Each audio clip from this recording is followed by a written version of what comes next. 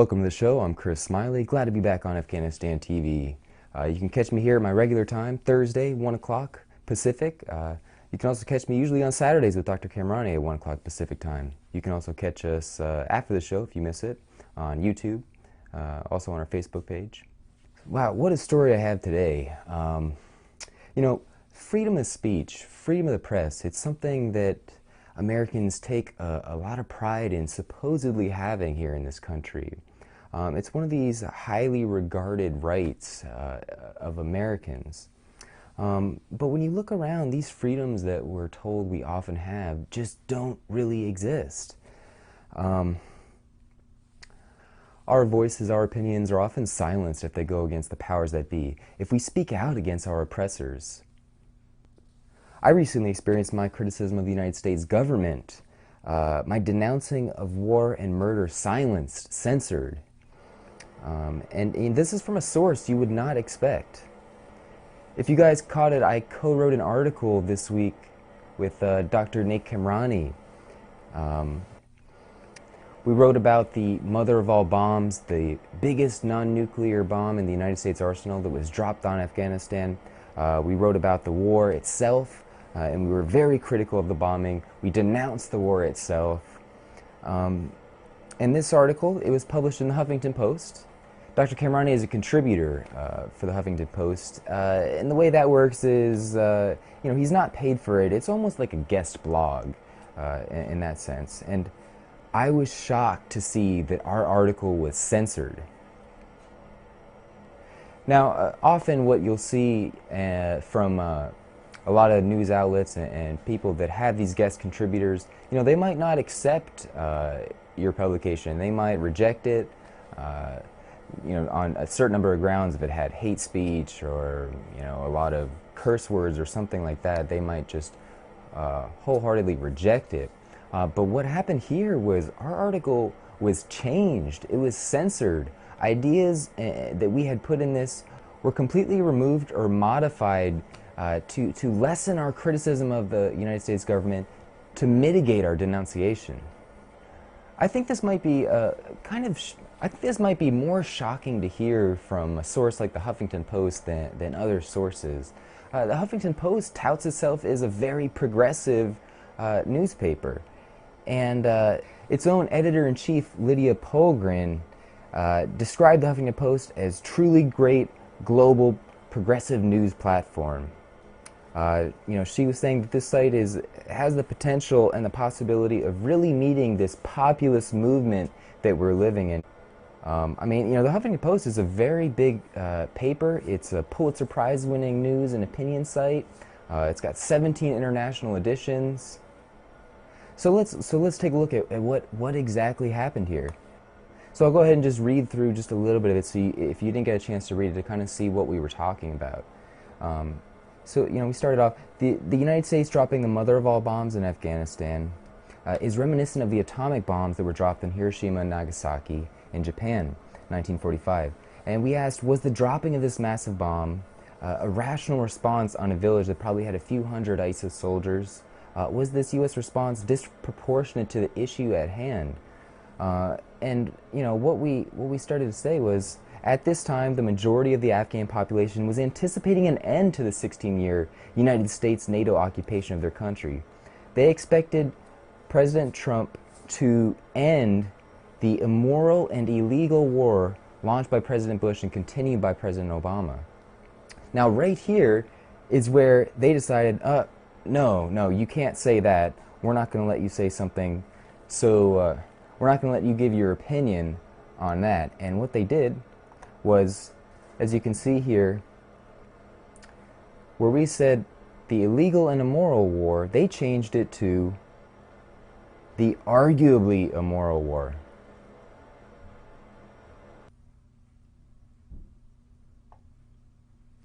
I was really offended and taken back by this when I first saw it. This was the first thing I saw, because first of all, that was not what I said. That was not what me and Dr. Kamrani published. We were very specific to voice our opinion that this war in Afghanistan was illegal and immoral. And when you say that something is arguably immoral, you're trying to ease off of it. You're trying to say, well, it could be immoral, not, it could be argued that it's immoral. No, I mean, our opinion was not that. Our opinion was, this is immoral. This is illegal. That's our opinion. That's how we see this. That's what we think. And for them to change that and put my name to something that I didn't write, to something that was not my idea, was extremely frustrating, extremely enraging for them to do that. So another section here they decided to alter. So we started to write, that we're looking for justice for this bomb, the bombing of Afghanistan, this war, and this demand is not just for justice. It's not only for human rights alone. It's for the right to clean air, the right to the clean skies, the right to the earth, which was very likely contaminated by this bomb and the bombings, campaigns that has been going on for 16 years. We gave a quote from former President Karzai. Karzai, of course, has been a longtime supporter of the United States occupation. At times, he was very upfront with that. But even Karzai was saying that, this is devastating. This is an attack against our sovereignty, our soil. And what we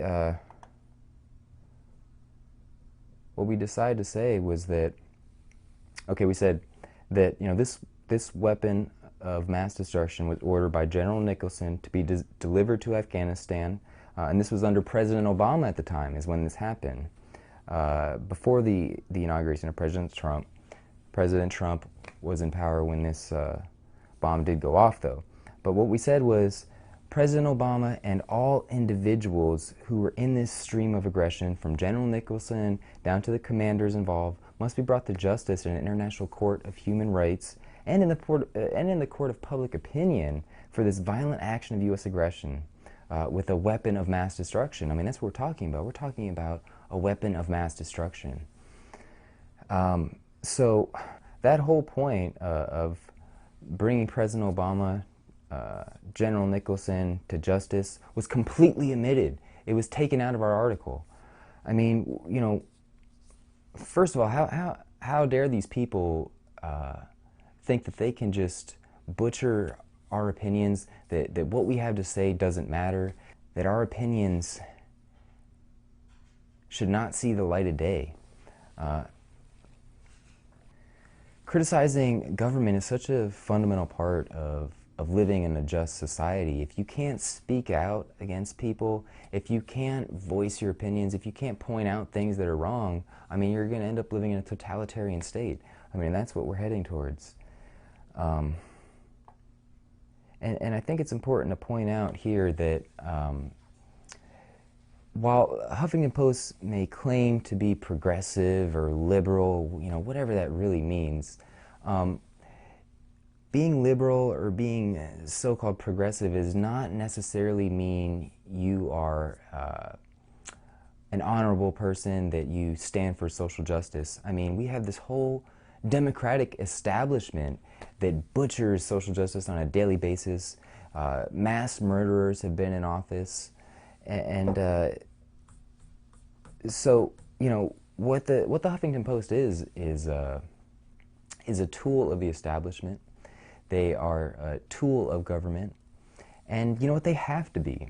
They honestly have to be. You can't survive as a major media outlet unless you do that. I mean, this is the way our system is right now. Is you can't stand up to the government. You can't stand up to corporations. They will crush you. They won't let you exist. So do you really think that you can rise up and be a major media outlet if you're going to try to tear down people in power, if you're going to, really aggressively criticize them? Think about it. I mean, you want to get an interview with major players in the government, that's going to help your news. People are going to see that you've got the stories. But they're not going to let you do any of those stories. They're not going to grant you the interviews. They're not going to give you the information if you're going to criticize them. They'll go to the other competitors, and pretty soon you'll be out of business. So, I mean, not only that, I mean, these companies are owned themselves by billionaires. So what their motivations are, who knows? But they're definitely not serving the public good. And not only the government has this power over it, but advertisers. How can you criticize all these corporations that do all these horrible things when you depend on them for your money? This is how newspapers like the Huffington Post are able to survive. This is how they make their business, is through advertising, getting big companies to put their ads all over their newspapers and their video media. So if you're ripping on these companies and you're tearing them down constantly, how are you going to make any money? So this is the system we live in that does not facilitate journalism. It's not made to facilitate journalism. It's not made to facilitate work in the public interest, investigative journalism. So again, that's why television networks like Afghanistan TV, they're completely independent, are so important to get these real stories out there, to get the truth out there, to combat these false narratives, to criticize our government when they do things that are wrong. I'm truly, truly just shocked. Well, maybe not so shocked, but I'm definitely ashamed and disappointed. So, we got in here a little bit more, and we had a nice quote. We had a nice quote from United States Congressman Dana Rohrabacher, who we interviewed, who said that he was in a meeting with some United States generals about the surge back in 2011, and he asked, how much was this surge going to cost? And the general said, $30 billion. And Congressman Rohrabacher was like, $30 billion? He said, General, give me $5 billion and I'll bribe every political leader, every village leader in Afghanistan, and they'll be waving American flags as we leave their country. It's just absurd, $30 billion to put more military equipment there and antagonize these people. This is ridiculous. That's what Congressman Dana Rohrabacher said. And so what we said is, well, at this point, like all other rationality is thrown to the side as this war continues. And it's not that these simple and rational points like that, if we really wanted peace, we could easily achieve it. We're spending billions and billions of dollars to hurt people. And if we just showed generosity and compassion and the willingness to cooperate with people, there would easily be no conflict. But we said, these simple and rational points are just not understood. It's not that they're not understood by the United States, it's that they don't want to get it. And that's what activist Cindy Sheehan told us. Cindy Sheehan is a prominent anti-war activist who we interviewed. She said they don't want to get it. The logic is there that they don't want it. And probably the most important point we made of this whole paper is that this is what we said: the United States has political interests that are priority over peace, priority over Afghan and American lives. The United States government does not care to create peace. It cares about its political interests and will do whatever is necessary to achieve those means at the expense of thousands of lives. And that entire point, that entire segment was completely omitted. It was completely removed and censored by the Huffington Post. What are they afraid of? They're afraid of people standing up. They're afraid of people standing up to government. They're afraid of losing their business. It's truly a shame. And, just the hypocrisy that the Huffington Post and all these media outlets exude is just mind-numbing. First of all, they flat out lie when they say, right on their platform, the Huffington Post contributor platform, where all the op-eds are, they say, contributors control their own work and post freely to our site. That is an absolute lie. And two, now people think that I wrote this article the way it is now. You've put words in my mouth, you've slandered my name as well, with things I've never said. So what we have is a mainstream media of a few outlets dominating the news, the airwaves. They're billion-dollar corporations themselves, and they bend to the will of government. This is fundamentally problematic. A press is supposed to be the friend of the public. They're supposed to be there to call out and expose the government when it conducts misdeeds. But we don't have that. We don't. What we have here is a little brother to Big Brother. I mean, that's what this is. This is real Big Brother stuff from 1984. This is some really crazy Orwellian stuff that's reality. I mean, and we know this now. We know that our government is spying on us, is collecting all of our information. We don't have privacy. We know that we live in this age of Big Brother. I mean, you can't not know it if you just look. It might be hard to kind of process that and really understand it, but we're living in a day and age, and I think it's really interesting if you look at 1984. For those of you that don't know, 1984 is this phenomenal book, a critically important novel from George Orwell, and it is a novel, a fictional novel that has this universe, that has this world not too far from what we're experiencing now. You had an extremely oppressive and controlling government. So the main character in 1984, he worked at what is called the Ministry of Truth, which is actually ironic because they alter the truth in this department. So what they would do is they would change the words in articles about current and past events so that the government, Big Brother, as it's called, are always seen in a good light and can never do any wrong. That's exactly what I just experienced. That's exactly what is happening here in America, and it's really crazy that we're seeing dissent silenced, we're seeing opinions being shut down. One of the slogans of this party, this government in this novel was "War is peace," which I think, I mean, how often do we see war being touted as necessary, as it's a move to create peace. We have to go invade and kill hundreds of thousands of people to give them freedom. I mean, it makes absolutely no sense. War is not peace. War is war. It's sick violence. It's insanity. And so it's important for us to speak out about that. But, when we have the major media outlets, this mainstream of news controlling the information, and they're trying to control it in a way that doesn't paint a bad picture of our government when they're doing horrible things, this is an extremely, extremely troubling problem. So, here we have this Huffington Post, this supposedly progressive publication that has this aura of caring about social justice.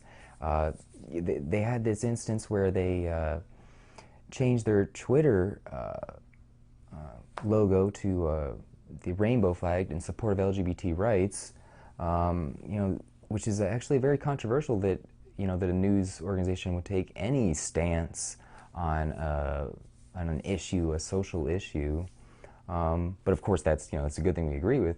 But they have this aura of caring about social justice, but they just censored my criticisms of the United States government. They've in fact been a tool of our government, of this whole establishment.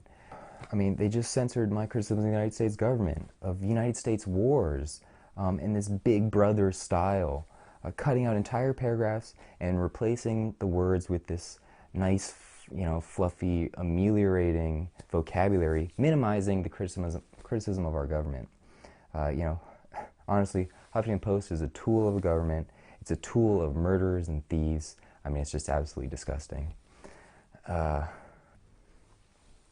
So as I was trying to investigate this and see if it had happened to anyone else, I couldn't find any stories. I could find a couple of articles of people that wrote that they were censored, but in that they were rejected. And you know what? As your private company, you have the right to not accept and publish certain things. I can at least live with that. But to change what I have said and still publish it and so blatantly cover for the crimes of the United States, I mean, that's just really incredible. So I'll be posting the photos up on my Facebook page if you want to follow me, and you can check that out and see how this story evolves. I've been trying to reach the Huffington Post for comment. I doubt they'll respond or that they will say anything other than maybe some generic response, but we're going to pursue it and see what they have to say for themselves. But I think I've distrusted mainstream media for a long time now, to where this sort of thing doesn't really surprise me. I know what they're there to do. They're there to make money as a business. They're not there to protect the people, and that's what journalists are supposed to do. And unfortunately, we don't have that. It's really sad. So stay tuned. Hopefully, we'll get some more news on this.